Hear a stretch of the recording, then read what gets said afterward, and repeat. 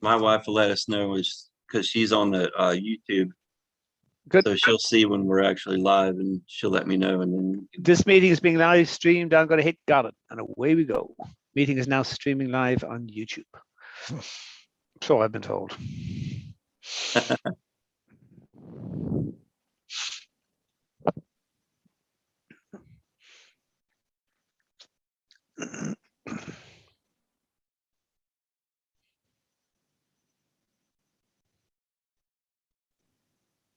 Yeah, we should be. We're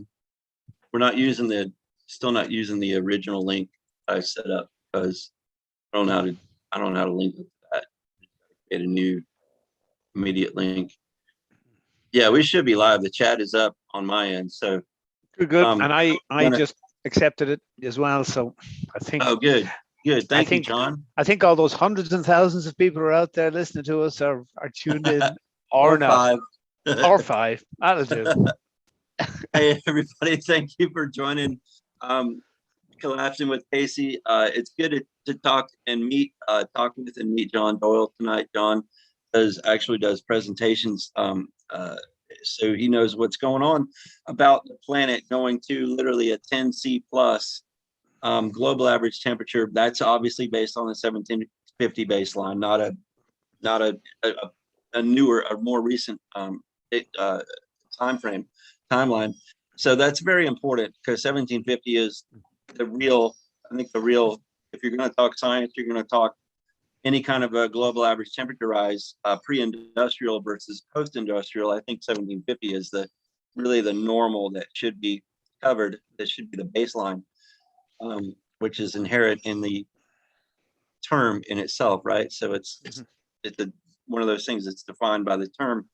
John, thank you for joining, man. This is going to be a heavy chat. I was starting to say you have actual presentation that you do, and I've seen these presentations, and you're spot on, man. I don't think you're missing anything. I think if anything, like what we kind of are, a little bit of a mini exchange with Sam Carana now, showing like a 18+C, and I mentioned that, and you were like, Sam's spot on, right? Yeah. So it's pretty heavy, right? That's really. In fact, in one way, it's not so heavy because we've known for a very long time that if we do 3 degrees in sort of the so I'm just remembering a pop group called the 3 Degrees. Apologies, but we've known for a very, very long time that if we do 3 degrees in kind of a 50-year space, we're out of here. Like large bipedal mammals don't adapt in 50 years to a world that's on average 3 degrees warmer. Now, 3 degrees warmer would be 4.5 degrees on land, and at the various extremities 10 degrees or whatever. So the question really isn't whether it's 3, 4, 5, 6 or 18 as could happen, as Sam was pointing out, were we to use lose the stratospheric cloud stacks, which is possible, which reach sort of 1,000 to 100 parts per million CO2 equivalent, and we're seriously approaching that at the moment in terms because of the amount of methane that's up there at the moment. So really it's not a question of is it scarier if it's possible that we go to 12 or 60. I mean, we hit 3 or 4, we're gone, and we will hit 3 or 4. So yeah. I mean, it's not a huge issue, but I think it's one of the things that people really didn't understand at the beginning of sort of climate science. That and the much maligned, and a man I admire greatly, Guy McPherson.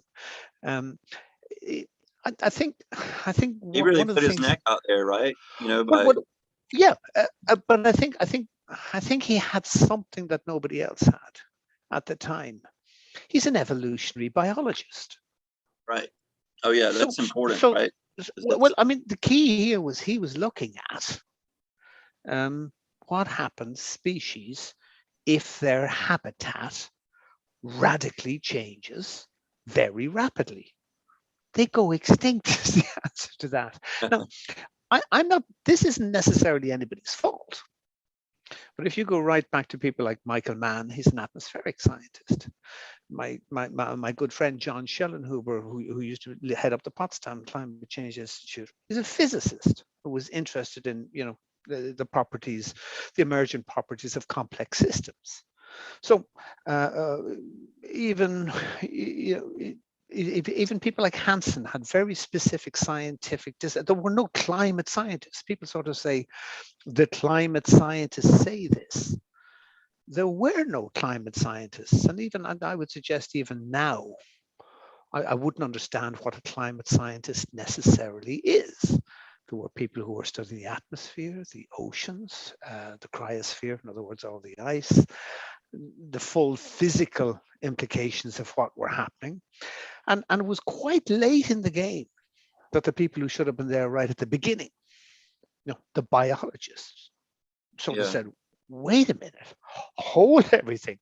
You do this to the climate, and the species that live here don't live here anymore.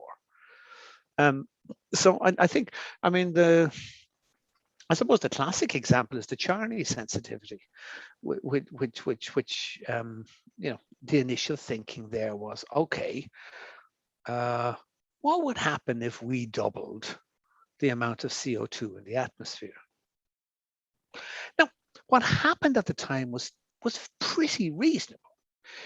Hansen and I think it was a Japanese chap whose name I can never remember, sort of said, well, it looks from what we know that if we double the amount of CO2 in the atmosphere from pre-industrial, it looks like probably we might add 2, maybe 2.5 degrees to overall global temperature. You sort of say, well, how could you cock something up that badly? But they did it with what they had, because we were able to see that from the last ice age to the interglacial warm period in which we've happily developed as a species, that a simple addition of 100 parts per million, so going from about 150 to 250, pushed temperatures up about 4 or 5 degrees. But the way it did it was it got rid of all the ice. And then the guys kind of looked at it and sort of said, well, there's not that much ice left. So even if we kind of double what we have now, there's only a certain amount of ice that can go.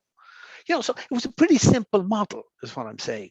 And people, unfortunately, as humans, we have a tendency to believe models far more than reality. So it's a pretty simple model. Like we melted all this ice, and okay, well, the temperatures went up 4 or 5 degrees, not so bad. So a little bit at the top and the bottom left in Greenland. So if we melt all that, what'll happen? But there they were just looking at fast feedbacks, so water vapor, cryospheric feedbacks, and now, then all of a sudden, where's all this methane coming from? What's happening when these forests die off? Oh shit! And so now, and what I'm saying is we get more and more expert. So Hansen in the last paper that I'm aware of that he did on this back in about 2013 or 15, his revision of doubling CO2 in the atmosphere is now 10 degrees. I forget the name of the paper, but I can find that reference for you elsewhere. Now, it's not that he was wrong. It's not that he was part of a conspiracy. We just know a lot more now. Oh shit! So that's what's under all that tundra. Shitloads of methane and oh, this dies back, and oh, wait a minute. So, and I think, it's a human failing that we're so utterly obsessed with what our neocortex can do, which is essentially model reality. It's not very good with reality, but it's very good at modeling reality. Right. Yeah. And that's unfortunately ever since Descartes, we still lumber around in this ridiculous delusion that we're some sort of meat robot with a brain in here. So we think that this is where it's happening. It ain't. Maybe 5 to 10% of it is happening. But really what's happening is much more complex. It's living creatures connected to a living earth in a vibrant universe, massively interdependent on one another. But we're not actually, we're sort of in thrall to our capacity to calculate. and this becomes how we think of reality. And it's very hard to get around that. In Europe, we have this precautionary principle. When you're looking at whatever way you might be intervening in a system. And Hansen and the Charney Committee did say this could be plus or minus 1 or 2 degrees, but it's a hell of a lot more. But would anyone have listened anyway? So because it's not necessarily convenient to listen.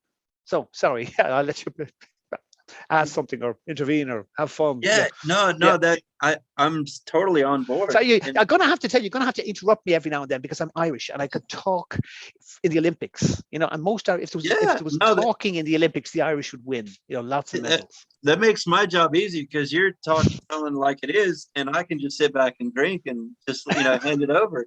No, but seriously, like and I love what Kevin and Guy talk about. Probably at 0.5 C, that triggered feedback loops, self-reinforcing feedback loops that we can't fix that. So now once we hit 0.5 C, and now that we're at like probably 2.3, something like that, 2.2, something like that. 2.3, something like that. Yeah. Now that we've hit that, 3C is literally right around the corner, right? Yeah. Because of all the feedback loops that are running, and gaining more momentum every day, right? Yes. That's why we're seeing more and more, the jet stream is broken. And and not to and just to reiterate, you mentioned Hansen a few times. So if anybody didn't catch James Hansen, former NASA scientist. And that's really all I've got, dude. You're nailing it. Like I just wanted to kind of bring up a couple of reiterate a couple of points. And you're spot on with how right. It would be nice. It would be nice to be able to say this some other way. But the thing, I'm currently obsessed with koala bears. Maybe I've spent too much time talking with with Kevin, but that's hard, dude. Like a couple of years ago, I wrote a press release on behalf of koala bears, sort of suggesting that we're functionally extinct, oh ye humans, but have you any ideas how much shit you're in? And we don't. The understanding of functional extinction is really interesting because there are hundreds and thousands of koala bears left in Australia. But they now know that because of the way we've chopped up their territory and because of, so this will reduce the actual, breeding gene pool and the forest fires and the this and the that and the other, they've been declared functionally extinct. So we know there will be no more koala bears within a certain amount of time. Don't they all have chlamydia? That is there's all sorts of great stuff, but in this, now if the koala bears are looking at us, they're sort of saying, you're worried about us? Really? You're fucked too. You're on the same planet, right? But it's even more evident in our case that there's 9 billion of us. Our crops and societies are collapsing all around us, and we're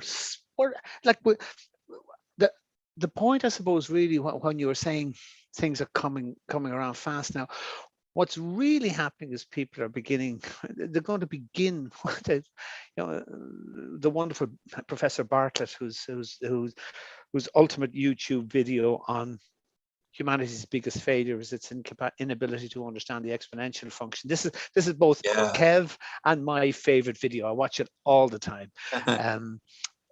What's happening now is the exponential function. People say, oh, shit, we definitely need to do something now. You're dead once you've hit the point where you realize what's happening. Time machines don't exist, right? Well, it's just a question of there was this fascinating thing with people, honestly, people who should know better. A presentation recently. I forget the guy, was it King, one of Britain's ex scientists, public scientists or whatever, government scientist. Extraordinary thing what they're talking about. How can we set about refreezing the Arctic? Like really intelligent people are having this discussion. It's And, isn't it like kind of comparing like how do we we're looking at a tsunami that's coming. How do we stop that? yeah, We got to exactly. stop that. Like, Could there's no somebody get out the mop? technology. We may need the mop. So you're seeing this gigantic tsunami come. A mop might be useful. Throw all the money at it and see if it goes away. Well, It backs off and goes, oh, money. yeah. Feed the fish. Yeah, and I don't, it's not that. It's an interesting one because I'm feeling my way now into how I want to live these end times, and there's a lot of.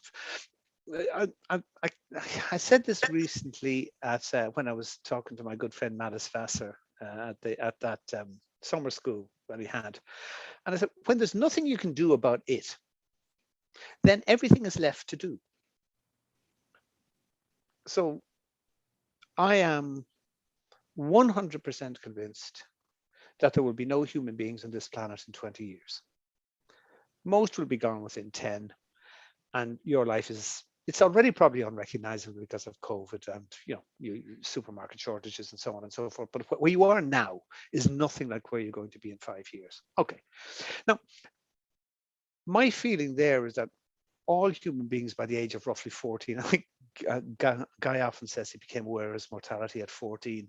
And I was a bit more, I probably was aware of my mortality earlier than that, being an Irish Catholic or of Irish Catholic stock. We talked a lot about death, and yeah, the Irish are very enslaved, right? They're, I'm Irish, we're very enslaved people in, throughout history, right? Well, absolutely. And even though we have the white privilege thing, it's not always all across the board. Well, absolutely. I mean, and we learned to dump on whoever was a little bit further down the chain than us. And enslavement is also, as Blake puts it, mind-forged manacles. We enslave ourselves in our minds. Yeah, absolutely. And I think a lot of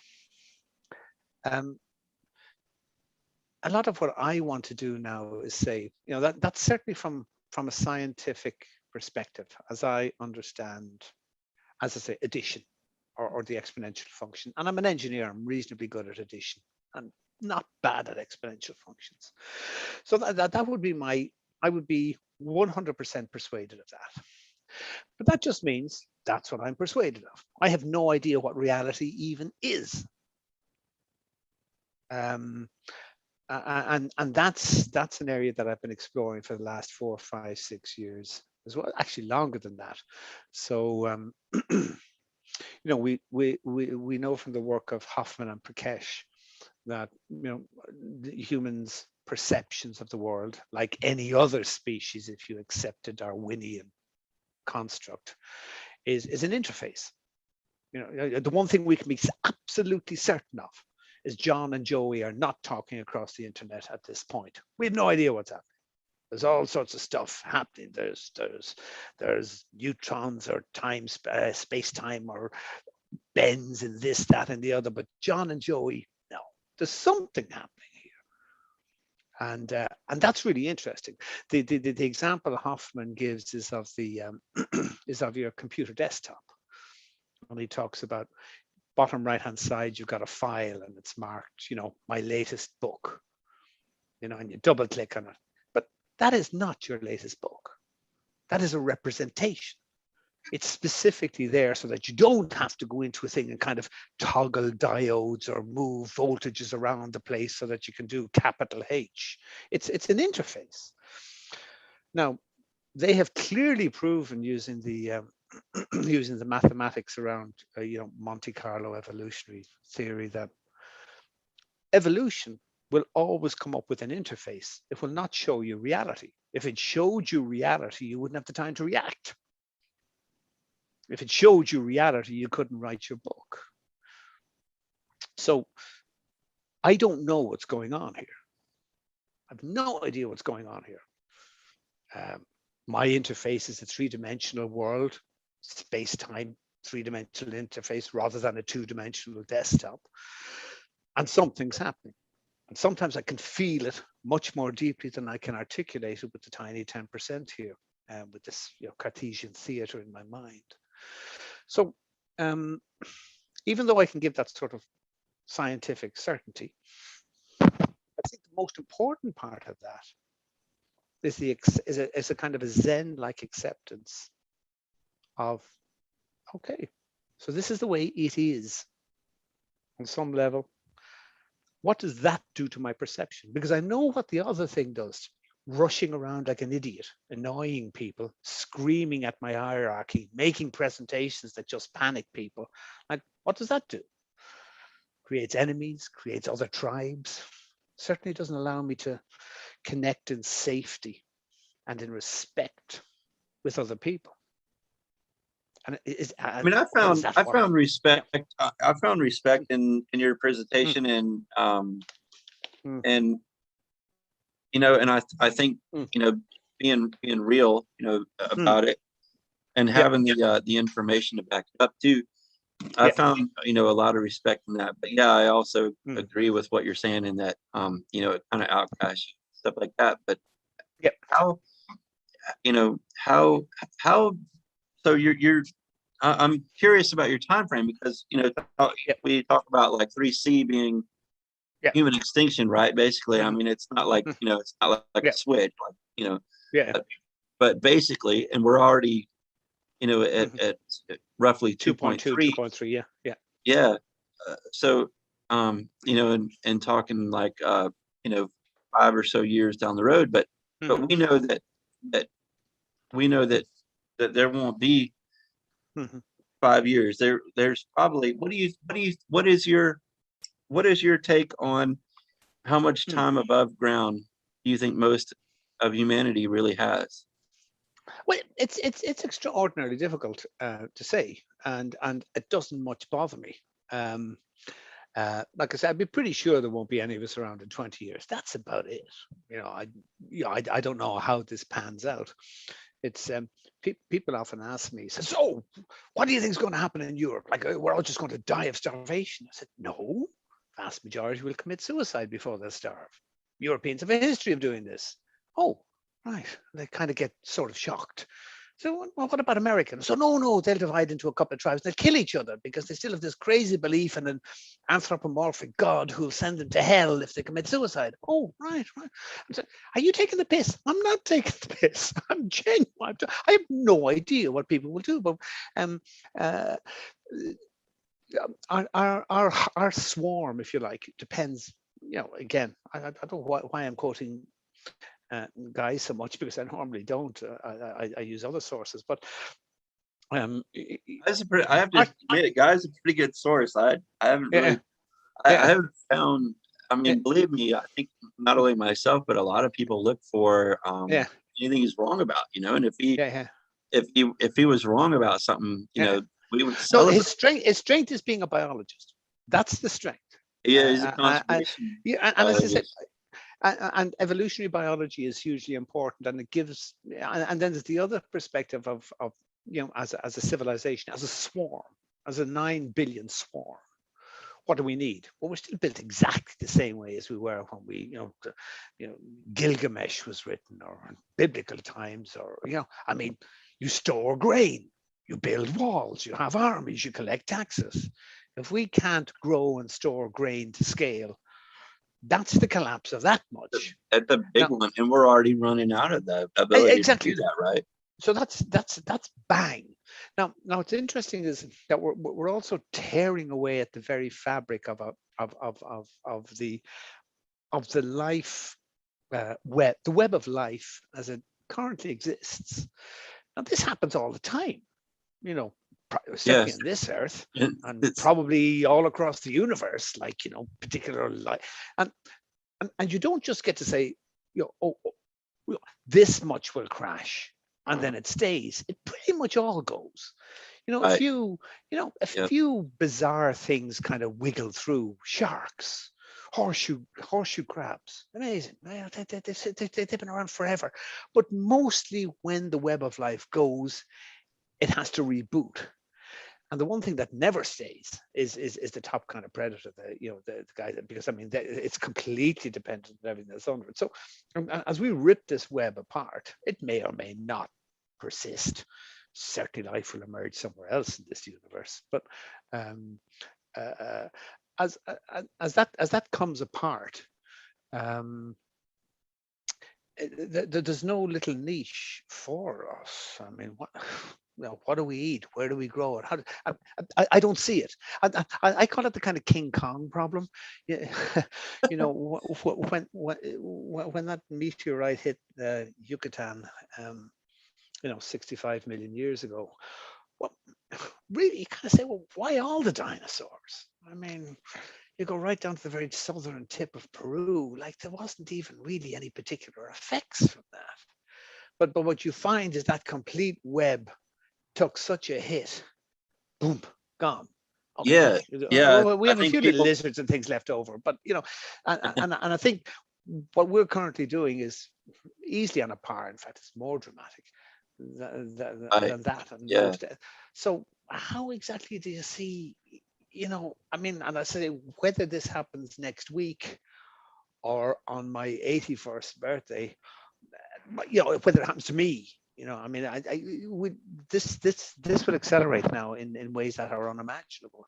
And the challenge for us is how to behave well, decently, respectfully, lovingly, even towards our fellow I just see humans. humanity just getting crazier and crazier, though. Like, Hmm. just it would be like I love Guy and Pauline's idea of planetary hospice. That's that's the right action, right? Yes. But we're just gonna keep on bombing each other.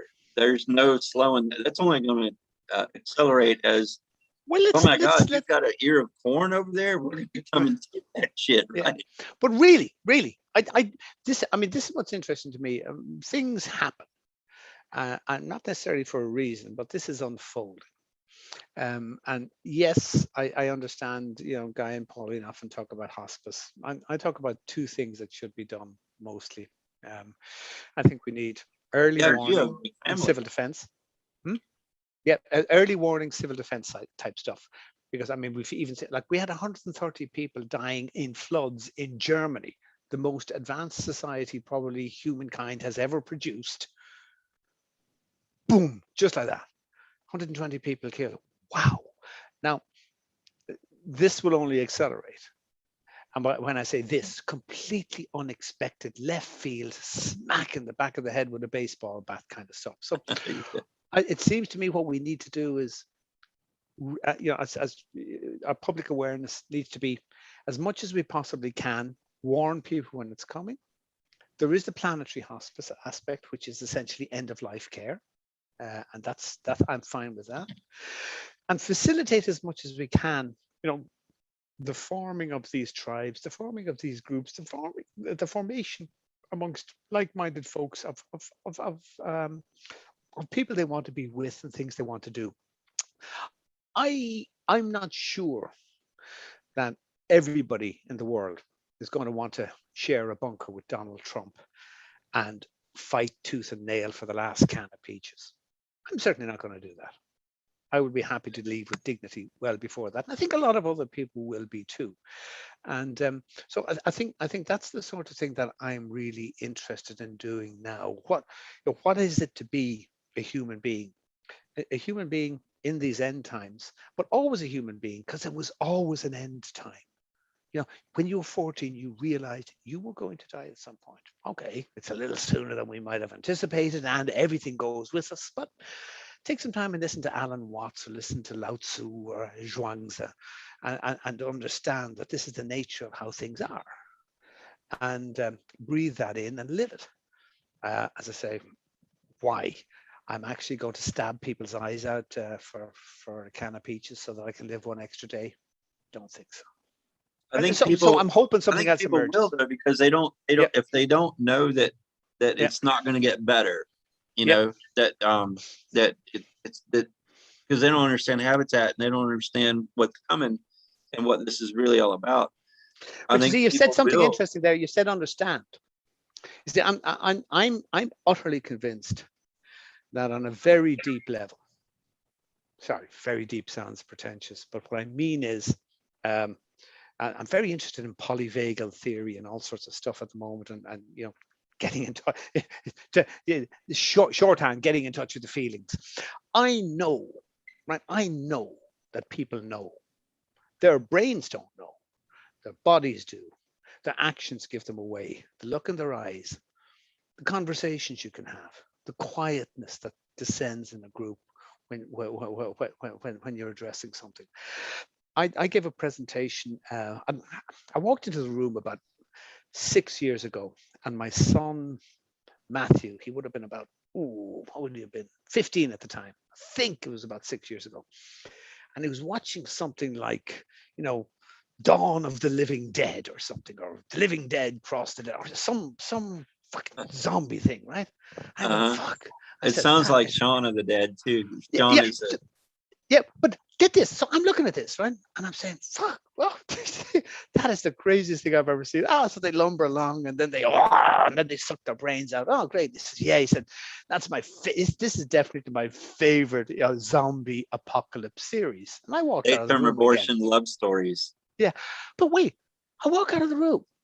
I said, I came back and said, you said that's your favorite zombie apocalypse series? You mean there's more than one? I said, come on, Dad, get real. And he named me 10 right off the bat. And then I went on the internet and I found about 50 more. Oh, yeah. And I used to make this presentation. So I said, no, but we don't know what's happening. I said, do you know what your kids are watching? And I said, well, there you go. There's about 50 of these zombie apocalypse. What was I watching when I was a kid? I was watching Mr. Ed and Skippy the bush kangaroo and Flipper the dolphin, and woo, it was great. Everything was cool, and everything was fun. And now this is what they're watching, and they're not been forced to watch this. They're drawing this. The art of the times is reflecting what's actually happening. They know. Now they mightn't be able to articulate it. I very much doubt whether most 21-year-olds now could talk about, tipping points and degrees and so on and so forth. But they know the shit has hit the fan and they're in the middle of it. And that's the connection I'm finding, and what I'm trying to do is stop driving people away. Stop trying to sort of say, you're a moron, you're a fucking fossil fuel giant. We're humans. And we're in the end times. What does this mean? Which is the question, of course, we should have been asking ourselves since we were 14 and realized we were mortal. And maybe this is why it has to be this way, because we're too stupid to realize it. Okay, it's all going. How do you feel about this? Maybe then we go, fuck, okay. Sorry, I have no idea what that was about, but there you go. Lots of zombie apocalypse movies. So, yeah. It seems to me like there's always, even if somebody that you kind of think might get it, they're always like, Bill, over there in Chick-fil-A, there's still going to be a Walmart, they'll figure out a way. And you just got to get to Chick-fil-A to get to the Walmart. And there you got your potato chips. We'll still grill on fine. Sundays. Mm-hmm. We're still going to eat burgers on Sundays, and we'll cook out and have some beers. Maybe I'll come over. It's going to be all right. And there's a big part of me hugely admires that attitude. There's a famous story of there's so many famous Zen master stories, but somebody finally getting to the Zen monastery in Japan, and the master is sitting in front of a table, and he's got a bowl of water in front of him, and the guy sort of says, "Oh, at last, many years have I struggled up mountains and across rivers and blah, blah, blah." Says, "What is the secret?" And the guy just looks up at him and he says, "Cloud in the sky, water in the bowl. That's it." Now, you either get that or you don't. Because there's a cigarette paper between fatuous new age nonsense and deep, powerful truth. So the person who can sort of say, "Well, I'll go over to the Walmart," maybe he's also the person who says, when there's no Walmart, is okay, I won't go to the Walmart. Now what we gonna do? Is there a Burger King? Yeah. I need a damn hamburger, man. Come on. Help me out. Well, I mean, let's even focus on hamburgers, because I mean, one of the terrible things when you're kind of in this position is that people watch this and assume I know what I'm talking about, and it's terribly important for people to understand that I don't know shit. I know a lot about exponential functions and the way the climate's going to be in, but I don't know anything, and I'm as adept at avoiding the deep inner truths that are presented to me daily by the world outside my door or inside me. I'm as adept at avoiding those truths as any crazy ass Republican. I really am. I remember I was down here many Christmases ago when somebody got us to watch Cowspiracy. I don't know if you know that wonderful movie where the guy goes through. And I had been working for years on sustainability at that time. And my daughter made me watch it. She was 14 or 15 at the time. Oh, wow. And I used to say, oh, yes, yeah, yes, sources of carbon emissions. Yes, 1/3, it's 1/3 industry, 1/3 households, and 1/3 land use change. And of course, I never thought what land use change is. It was just words, babble coming out of my mouth. Land use change is chopping down forests to grow soya to feed to cattle. And she looked at me and sort of said, Dad, you're always putting yourself forward as this leading genius when it comes to climate change. Did you know this? And I said, no, I had no idea. Next day was Christmas Day, and we had turkey and ham and all that kind of shit. Couldn't eat it. Day after that, I was a vegetarian from that point, and then a couple of weeks later, I said, "Fuck it, I'll go full vegan." Now, you look at what we do to the living world around us. I know. And you sort of say, and we're surprised that people won't accept climate change. Yeah. What? I mean, 98% of the vertebrates on this planet are now our cattle, our ducks, our chickens, and our pigs. All the other stuff is gone. Yeah. And you think that's not a problem?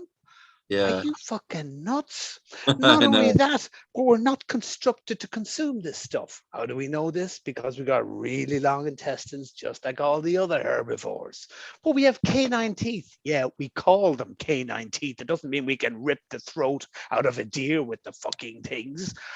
And yet, I would still have maybe 90% of people, very educated, intelligent people, telling me, "Oh, yeah, that's ridiculous. We need to get protein. What? Like how much protein? We need 10% protein in our diet. There's 12% in a fucking potato. You get all the protein you ever needed if you just ate potatoes." No, we need meat to explore. We have explored. How about surviving? And so people like we have this issue, climate, because woof. But you look at anything, the treatment of. I mean, I'm often drawn back to the Catholic Church in Ireland. I know lots of other churches and lots of other organizations have done equally horrendous things. But the systematic abuse of young women and boys, the rape and torture of these children by the clergy, ever since the foundation of our state and from before. And the other thing that kills me, everybody fucking knew. Yeah. And they just let it go, like, oh, well, that's over there. They knew, but they didn't know. Like, what is that? Like, what is that in human beings? Yeah. And that's what interests me, because to say that, oh, people don't know, they do know. But what does knowing mean? They just let it go. They just go, well, it's not happening right here, right? Not in our house, not right this minute. So, yeah, we've got to go to church for the Lord, though, right? Yeah, I think it's almost deeper than that. Wordsworth, I forget which series of poems it is. Could be Tintern Abbey or Preludes or something like that. I can't remember. But Wordsworth was an interesting poet, and English country gentleman.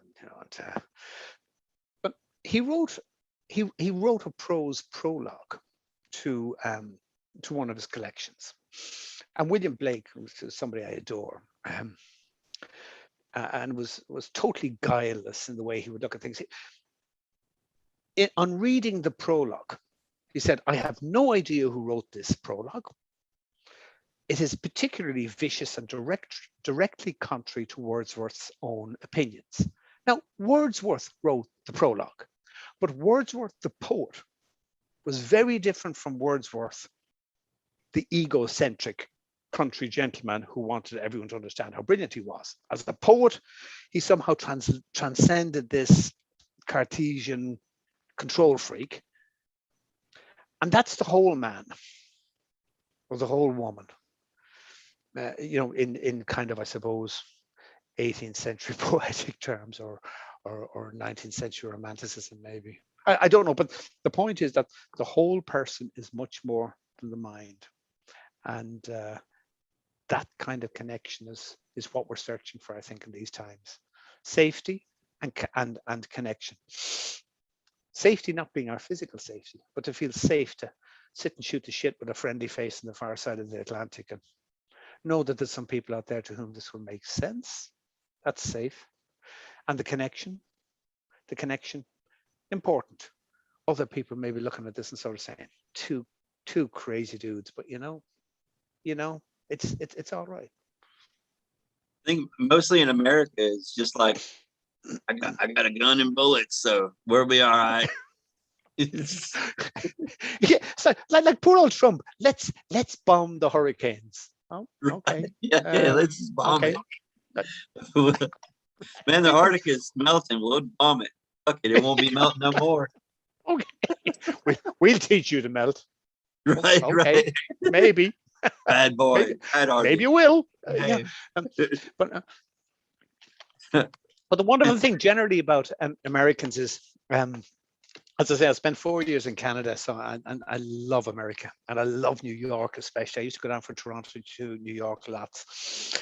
But the wonderful thing is an awful lot of the hope that I see emerging comes from America as well. And I don't mean hope in the sense of hopium. We will beat the climate crisis, but the feeling of it being good to be alive, good to be a human being, and prepared to go to whatever's on the far side, which is the void. But the void gave birth to life, so that's okay. I mean, we don't. Yeah, that's just religion talking, because we're in this country. We're so religious. We think that God controls everything. There's like a dude in the sky who's like, I want you to win your motorcycle race. I want to sponsor you. Exactly. What his mom wants him to win the motorcycle race. How exactly does this work? It's totally insane. Yeah. Totally insane. And I say that because I announce motorcycle races, and I will have on my sponsor sheet, sponsored by God. And I not only won't even read that, I won't even announce that, but I do want to announce it and go, are you fucking stupid? But I can't announce that at the race and go, Jeremy Pierce, sponsored by God. Are you fucking stupid? I'd get fired, and I need the money. So I've already driven 2 hours to get there. I don't want to get fired and not get paid. So you're kind of an announcer. You do the announcing and lining up. We have, these people, and the way we go. Oh, that's fantastic. Well, what a great it used to be fun. You got to post one of those things. That'd be great to listen to, because I'd love to hear it. It was fun when it was fun, and you could joke around, and but now there's no jokes, and everybody is super Trump there, because these are all very white privileged people. You're in Georgia, of course. Fuck, yeah. That was an interesting election of America. Pretty much anywhere in the South, really. It's sick. It's so sick. Well, it's difficult because you have this beautiful at the core of all religious belief. There is inevitably some number of people who have had faith. Now, I would argue that faith and belief are perfectly opposite principles.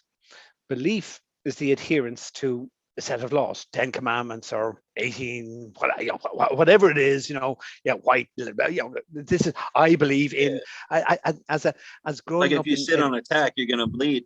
Yeah. That's a pretty logical belief, right? No. But I'm talking the belief of. I mean, as a kid growing up in Ireland, I remember having to say, "I believe in one holy Catholic and Apostolic Church, the forgiveness of sins, the communion of saints." There's the whole thing, and I can't remember any of this shit now, which really upsets. Well, anyway, but you're probably better off for it though. True. It removes a lot of clutter, and now you can take in more reality, I think. But follow me here, belief and faith being completely the opposite. Faith is, this is what it is. I accept what unfolds. I'm part of that unfolding. Alan Watts would say, you are the universe in some fractal form manifesting. You're it. This is it. We're part of it. Whereas belief is this notion, well, I don't know, you got to go to mass on Sundays, confess your sins, etc., or you will go to hell. Now, at the core of all religions, there are invariably phenomenal figures of faith. So, back to the medieval church, you find Meister Eckhart, the wonderful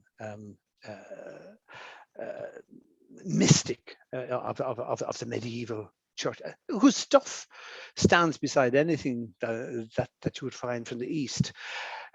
Rumi, the wonderful Sufi mystic, extraordinary stuff that he writes. Lala, the poetess of the Himalayas, or that contested region between Pakistan and India. So you will find people who saw. And if you have the ability to see what's in front of you rather than allow this crazed calculator to do everything, the dying words of Jesus, the great figure of the Christian mythology, where, my God, why have you forsaken me? That is an unmistakable, total and absolute loss of faith in everything. That is a giving up. That's a giving up. I would agree with that. And it's fascinating. So that just holds people back, right? But what's the opportunity here? So it's something in the act of giving up. Lala has this wonderful poem. She says, "Oh Lord, I have traveled so far in search of you, and it was only when I gave up and turned around that there you were beside me all the time." So there's something about giving up, and that's kind of one of the kicks I'm on at the moment. Admitting a lack of agency. What's going on? No idea. What power do we have? None. Jiddu Krishnamurti, the great character who died in the early 70s, a fascinating philosopher. He was often heard to say that observation without judgment is the highest of all abilities, just to observe and not to judge.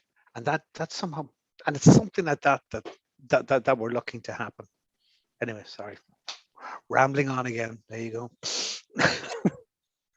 Yeah, I wish I knew that quote, because that's pretty good. I like that. Yeah.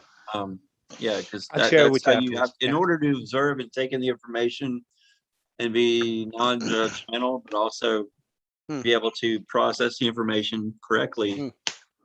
You do need that level of freedom to let yourself go with what you've been told, what you've been programmed to, right? Yep. So I definitely think that detaching, that losing everything. That's humanity's opportunity at the moment, because we're going to lose everything. Like Jesus hanging on the cross, breathing his last and saying, "Why have you forsaken me? How the fuck did you let this happen to me? Thanks a million." I know. Respect you, fella. I asked what's the lesson there? Ask any animal about that. Like, have you given your life to your Lord and Savior Jesus Christ? And the animal just looks at me, but like, get away from me, you're probably gonna kill me. Yeah. They don't know. They don't know. All they know is real reality, and that, I might not kill you, but most human people will kill, especially if it's something like a bug or a snake or something they don't recognize, they don't know what it is, or just fear it. Whether it doesn't mean that they're going to eat it. It doesn't have to necessarily be food. They're just going to be like, oh, there's a bug, squash it. Or a spider, squash it, kill it. Yeah. Just kill. We just kill everything. And if we have any kind of remorse, just the tiniest bit of remorse, we go, oh, what was that? Does anybody know what that was? I just killed it. Yeah, I just killed it. Yeah. No, it's so sick. Like, it's no wonder we're driven ourselves to extinction. Yeah, we're in deep doo-doo. We are in serious deep doo-doo, and it's I'm fascinated. You can say poo-poo on this. We're deep shit. But but in it's funny because I when we talk about the end times, invariably it becomes personal as well. And my mother died a few years ago, and it was a great death because all the kids were. So I got 2 brothers and 2 sisters. We were all back.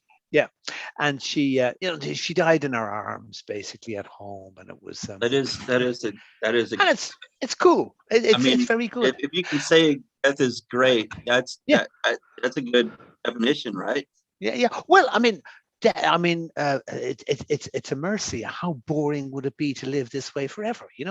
We'll come back once again as I. Everybody in this world and every creature that ever lived calls itself I. So it's the same I, it's the same us. It's this great big, it's like the universe is this great big bucket of water that was sloshed out against the sky. We're all I, we're all droplets, we're all part of it. But I remember one of the last, so I was with my wonderful sister, Rosemary, a few nights before she died. Was it a week or so? And I went back to Brussels and I came back. I can't exactly remember, but my mother was in bed and we were having a toast. My sister and myself were drinking wine, and my mother had a little glass of sherry. And my sister said to her, well, have you anything you'd like to toast, ma'am? And she said, yes, she said.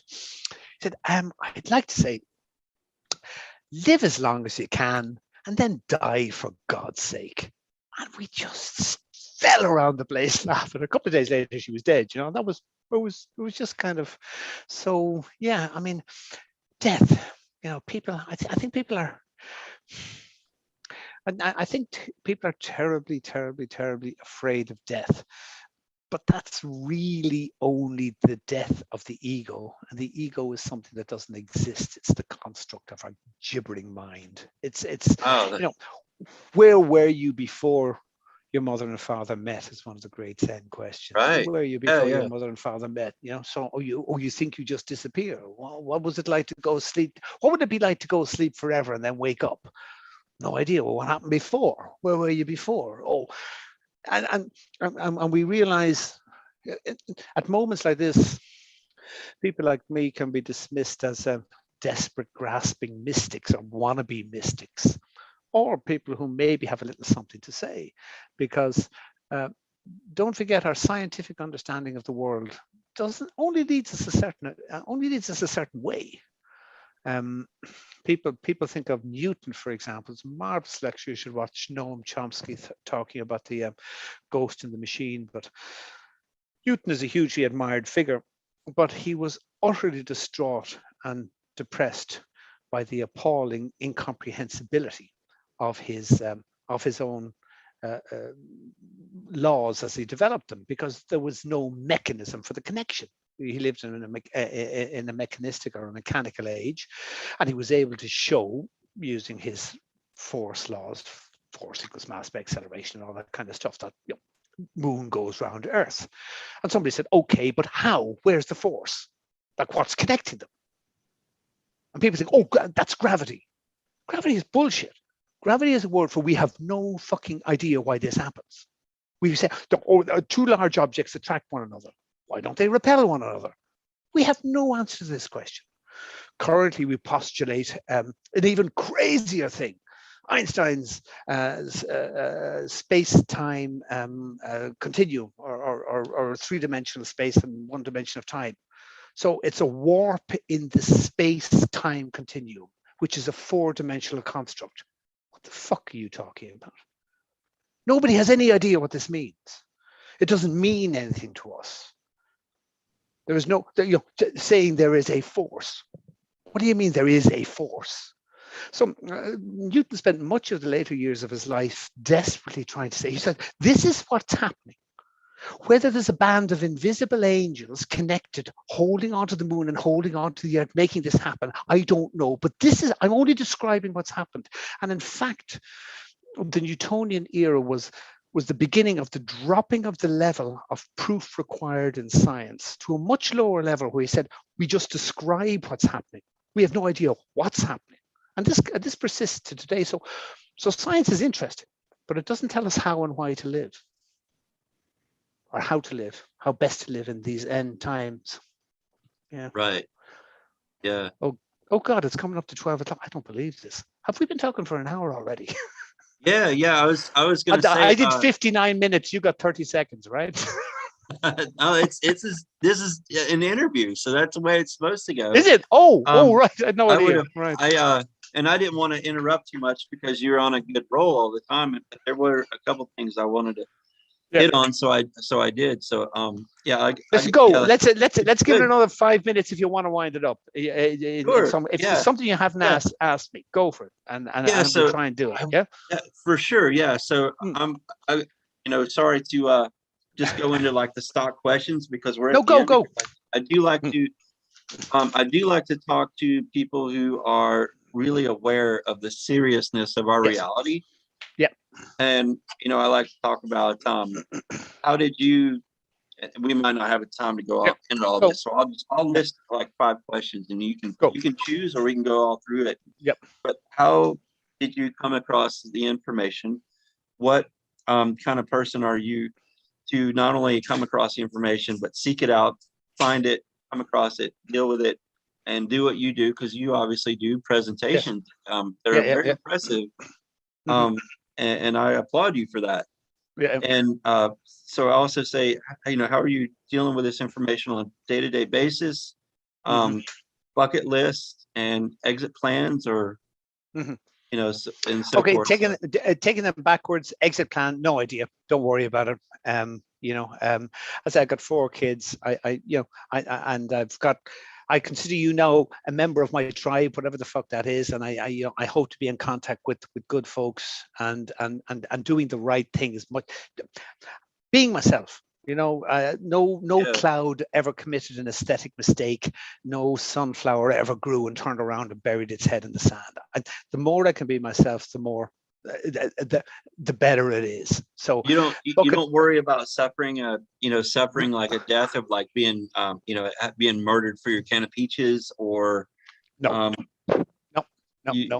Life, death are both illusions. The matter neither of any interest to me. It's a little bit like the understanding we've come to now that most of the world's leading physicists will now agree that that space-time itself is not fundamental. Like, what's fundamental is what's interesting.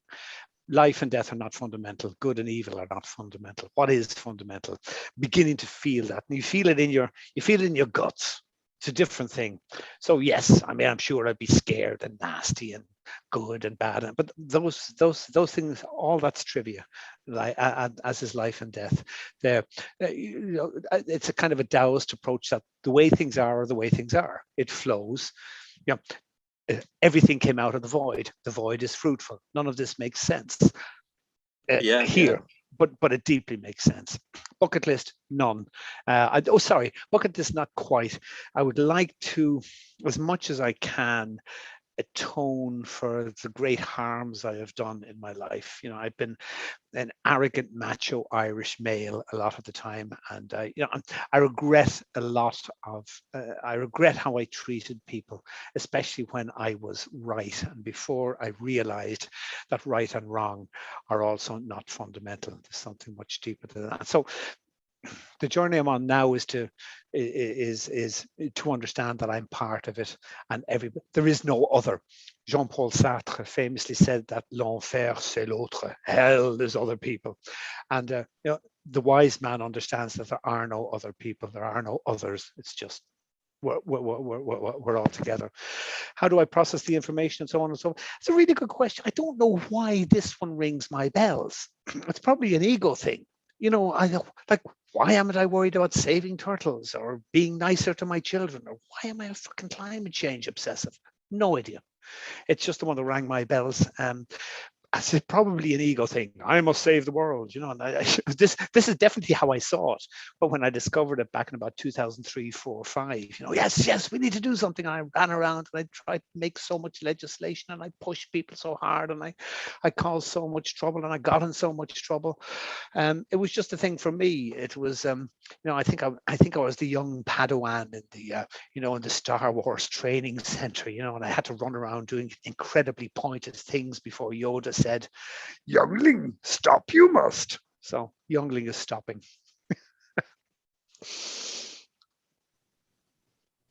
That's an interesting take, and I've definitely, it seems like kind of a lot more of the common people they're not really thinking about that last moment and suffering. Mm-hmm. But for me personally, I think a lot of people that I connect with, I think that's a big deal, because we think about the future, which, thinking about the future, you can't, if you're thinking about the future, you can't negate the reality of now what's going on. Our planet is literally dying. It's on fire, flooded, or about to be. If you're not, you're next. And I think a big help, if I could give one piece of advice for people who are in that, and I understand it. There's two things you can do nothing about: the past or the future. And the past, mostly what we spend our time doing is feeling ashamed or guilty for what we did badly. The future we worry about. And there's no sense of worrying about it anymore, because there isn't one. And the past is gone. I'm not trying to ask for a raise at work. So the invitation now be on time. Yeah. So how about being in the moment? That's the invitation. Wow. Somebody said, I read somewhere recently, and I thought it was really, really good, that was Alan Watts again. He sort of said, how about not measuring your days in terms of what you achieved, but in percentage time where you were truly present? Wow. And then lots changes when you're present.